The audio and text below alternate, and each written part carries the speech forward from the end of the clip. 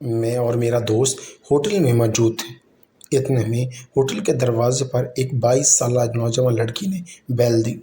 मेरे दोस्त ने मुझे आंख का इशारा करते हुए कहा कि काम अच्छे से करना, और फिर वो वहाँ से चला गया। फिर मैं और वो लड़की होटल में ही।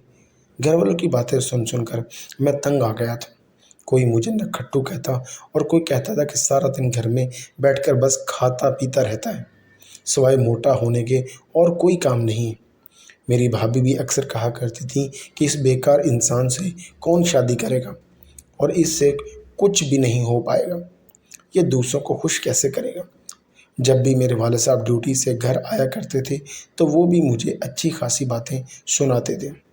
तमाम घर वालों की बातें सुनने के बाद मैं अक्सर सोचता रहता था कि अब ऐसा क्या काम करूं ये तमाम घर वालों के मुंह बंद हो जाए। मैंने अब ये सोच लिया था कि मुझे यहाँ से कहीं दूर जाना है और मुझे ढेर सारे पैसे कमा कर लाने हैं, क्योंकि मेरे वालिद मुझे अक्सर पैसा बर्बाद करने का ताना देते रहते थे। एक दिन मैं बैठा सोच रहा था कि बगैर पैसों के आखिर कौन सा काम किया जा सकता है। तभी मेरे जहन में एक आइडिया आया और मैंने अपने दोस्त को फ़ोन मिलाया।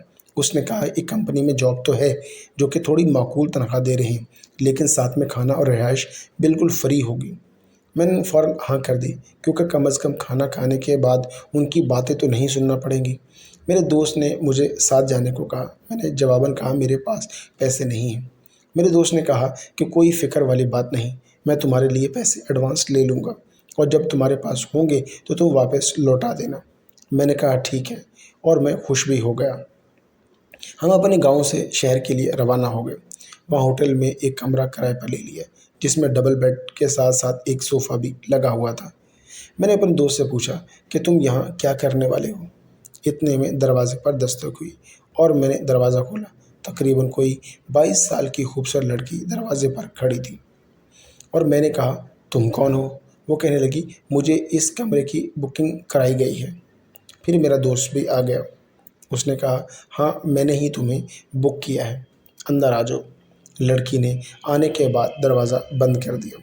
मेरे दोस्त ने मुझसे कहा कि भाई आज हम दोनों मौज करेंगे। वो लड़की कद से काफ़ी छोटी है, लेकिन इसे काम का अच्छे से तजुर्बा भी है। मुझे इससे पहले मेरी मुलाकात हो चुकी है। मैं हैरानगी के साथ अपने दोस्त के चेहरे की तरफ देख रहा था कि ये सब अब होटल में। इतना कहने के बाद मेरा दोस्त वहाँ से चला गया। शायद नीचे मैनेजर के साथ कोई काम था। वो जाते हुए मुझे कहने लगा ज़रा थोड़ी एहतियात से, तुम ज़रा अनाड़ी हो। मेरा वजूद मुकम्मल तौर पर कांप रहा था, जैसे मेरे पाँव तले से ज़मीन निकल गई हो। अमूमन दोस्तों के दरमियान ऐसी बातें मजाक चलता रहता है, लेकिन मुझे नहीं पता था कि वो इतना सीरियस ले लेगा। लेकिन मेरे दोस्त ने मुझसे ये अचानक मुझे इस हालत तक ले आया। इसके बाद लड़की कहने लगी बस आप कुछ मेरी मदद कर सकते हैं।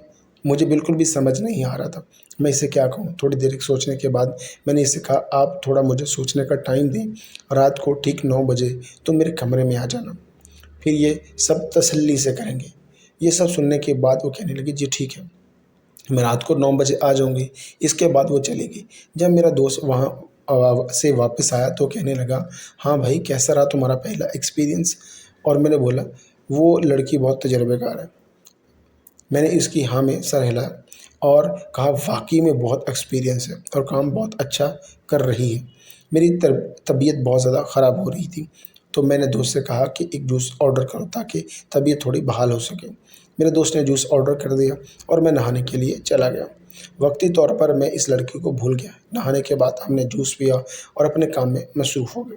मेरा दोस्त 8 बजे ही किसी काम के सिलसिले में होटल के रूम से बाहर चला गया, और मेरा ध्यान मुकम्मल तौर पर अब घड़ी की तरफ ही था, क्योंकि 9 बजे उसी लड़की ने आना था और मेरी परफॉर्मेंस चेक करनी थी। मैं थोड़ा खुद को नॉर्मल करने की कोशिश करने लगा।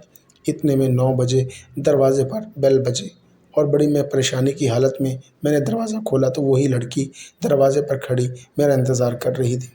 अब इसके साथ 2 लड़कियां बतौर सिक्योरिटी गार्ड भी मौजूद थीं। मैं मज़ीद परेशान हो गया।